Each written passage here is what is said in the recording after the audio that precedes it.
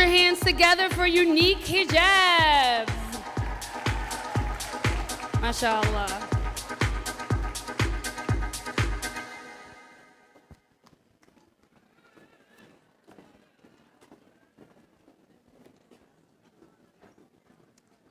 Very good.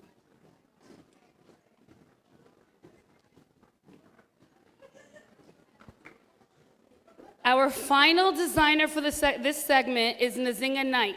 Nzinga Knight is a New York native fashion designer whose line of high-end evening wear and sportswear offers a sense of mystery, elegance, and innovation.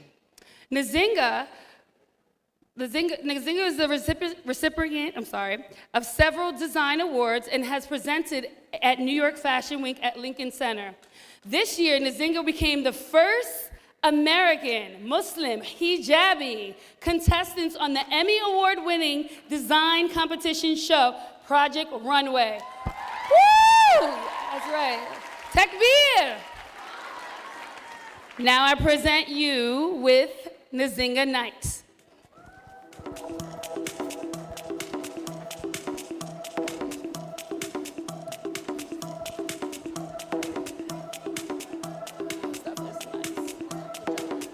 Thank you.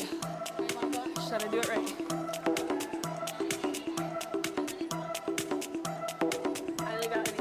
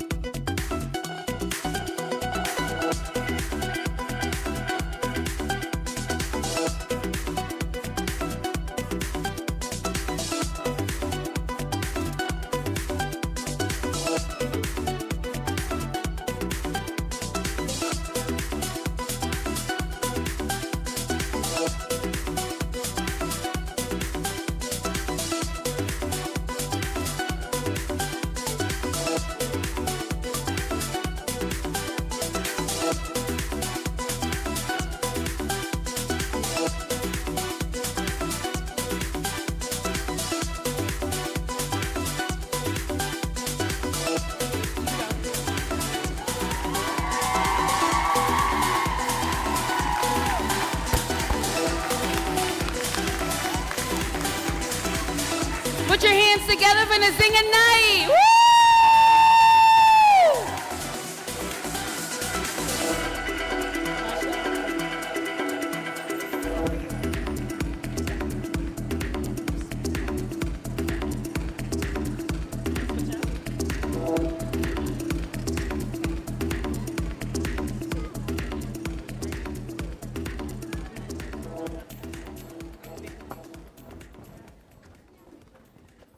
All right, mashallah, another beautiful fashion show presentation. And it does take a lot of courage and a lot of enthusiasm to be able to get up here and walk the catwalk, as we'll soon find out in a little bit.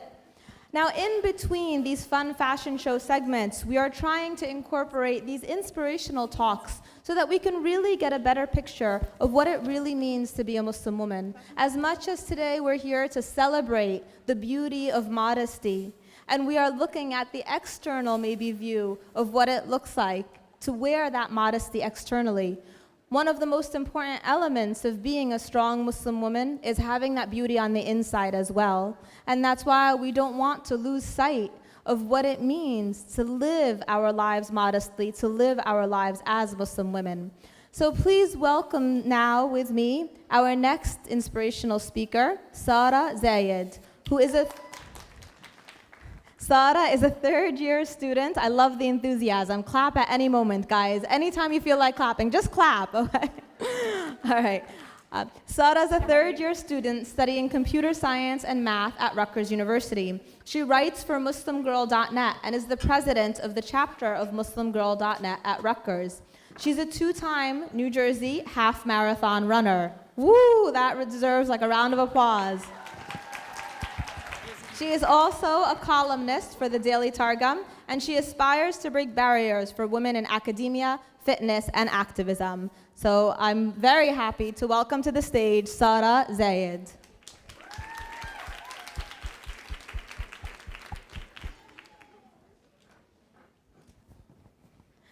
Thank you so much, Sara, for joining us. Please have a seat. Just don't fall backwards. I'll try not to. There's no one there to catch you. All right, so Sara, you're going to talk to us a little bit about hijab as a stepping stone. Exactly.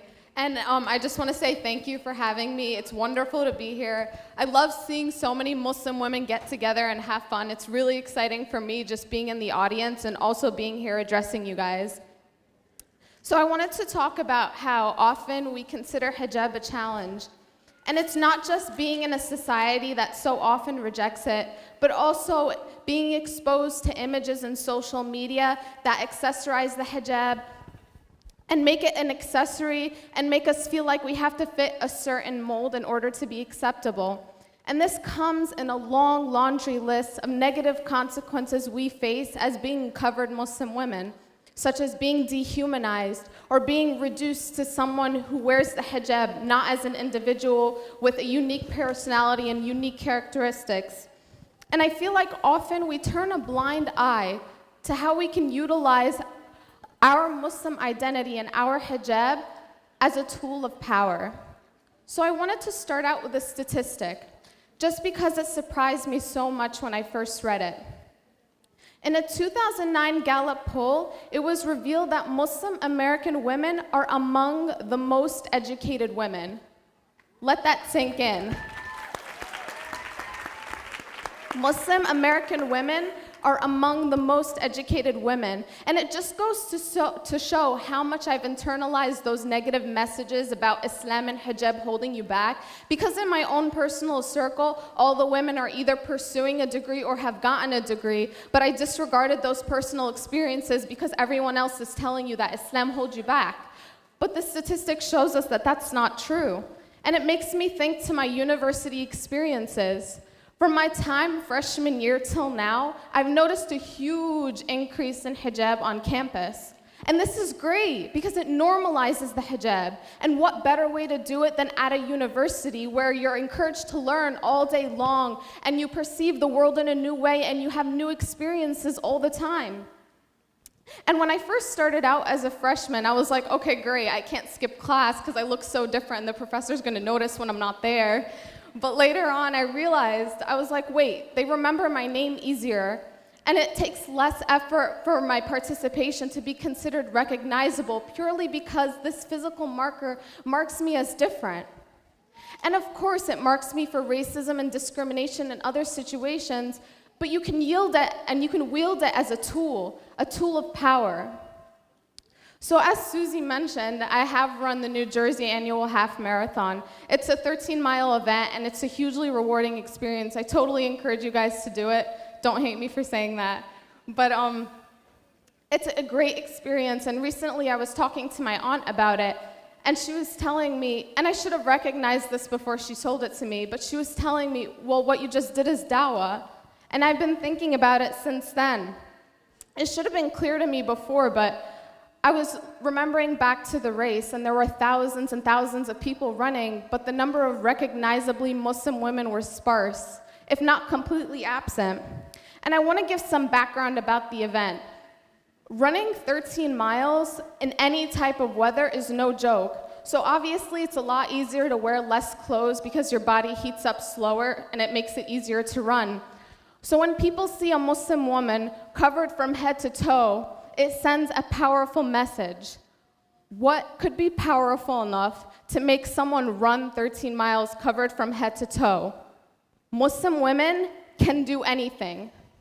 Repeat after me. Muslim women can do anything. And while we're on the topic of sports, you guys might have seen her picture on social media, but there's a hijabi figure skater named Zahra Lari, and she just participated in the past Winter Olympics. And if there's any sport that I thought could not be customized for modesty, it was figure skating. But she did it. We've broken into that arena. The possibilities are endless. And this just goes to show that you can do whatever you set your mind to, and being a Muslim and being a hijabi and being a covered Muslim woman will not hold you back from that. And it's not just because you can succeed as an individual, but because we have a built-in network of sisters. Look around you. This is great. So when I was younger, like elementary school young, I used to think that like my family was the only Muslim family in New Jersey, literally, because like there was no Muslims anywhere and I didn't recognize anyone. But it sounds like a joke, right? Like you're laughing at it. But nowadays, it's because Muslims have become so much more visible, particularly Muslim women in business and technology and science and politics and liberal arts. So when I come to an event like this, where Muslims are networking, it gets me excited. We're familiar with our friends from the masjid, but we recognize one another on site because of the hijab. How many times have you passed by another woman, and just because she's wearing a hijab, you say salamu alaikum and you get to know each other? That's huge. You already have a connection. It's not just empowering for the individuals participating to come to an event like this, but for all of us. It's not just